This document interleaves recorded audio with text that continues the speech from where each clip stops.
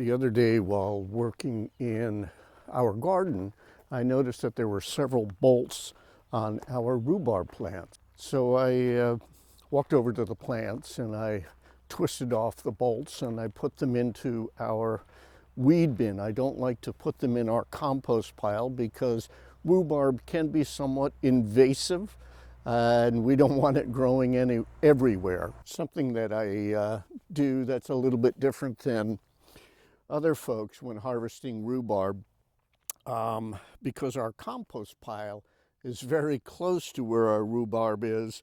Instead of harvesting the rhubarb and moving it to where I prepare it for freezing or for cooking with, making jams, and cutting off the leaves there and then walking them back to our compost pile, I'll actually select the stalks that I'm going to harvest and go ahead and trim the leaves off here. I'll just scoop these up. Should put them in a wheelbarrow. Come on.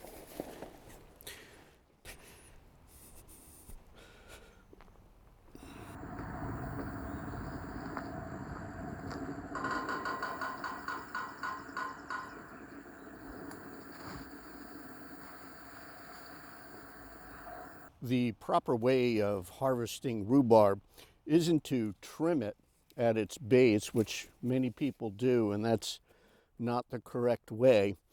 It's actually to reach in and give a turn and snap it off.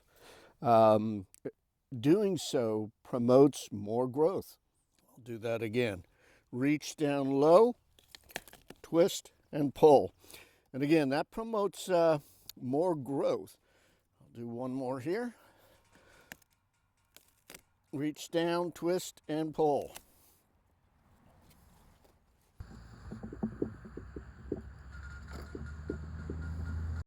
While harvesting some of the stalks, I came across a couple more bolts. So I am going to remove those. And again, just like the stalks, reach down, twist. Here's another one here. We definitely don't want our rhubarb patch to go on by. So, there's another one over here too, and another. Get rid of those blossoms and the leaves will keep on growing. Okay, we'll fold out a towel here for drying or getting the excess water off of the rhubarb, but I just go ahead and dump them into this sink, this outdoor sink, which I bought on Facebook Marketplace, and it's one of the better investments I've made. We can bring vegetables or flowers that need to be cleaned right up from the garden and work on them, clean them up here. Rinse off all of the dirt, make sure there are no bugs.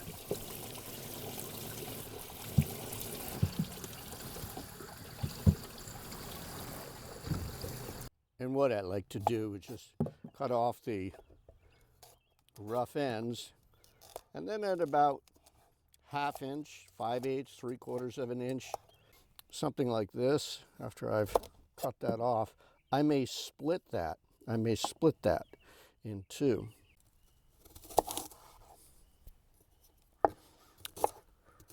Black flies are out. It's kind of a humid day here in down east Maine, and mosquitoes and black flies are, the mosquito, they joke about being Maine's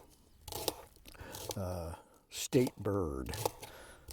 They do grow them pretty big around here, but early in the spring, it's the black flies, and you may see them flitting around in the video footage. Gordon Ramsay or Bobby Flay, I'm not. My knife skills are not up to their par.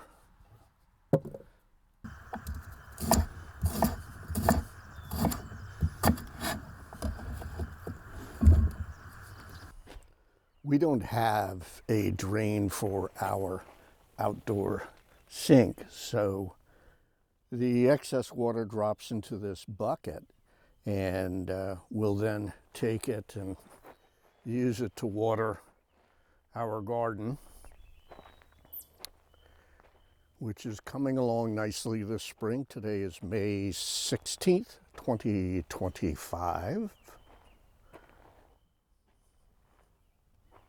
So what I am going to do is use this excess water, kind of a poor man's vacuum sealer, by submersing the bag of rhubarb, chopped rhubarb, into the water and burping the air out of it. Just don't submerge it all the way, just enough to squeeze all the air out and seal the bag off. You end up with kind of a vacuum seal. Well, the bags are all sealed up and dried off from the water, and now all I have to do is put the date on them, May 16th, 2025, and 8 cups. And I'm ready to put these in the freezer and wait for another harvest.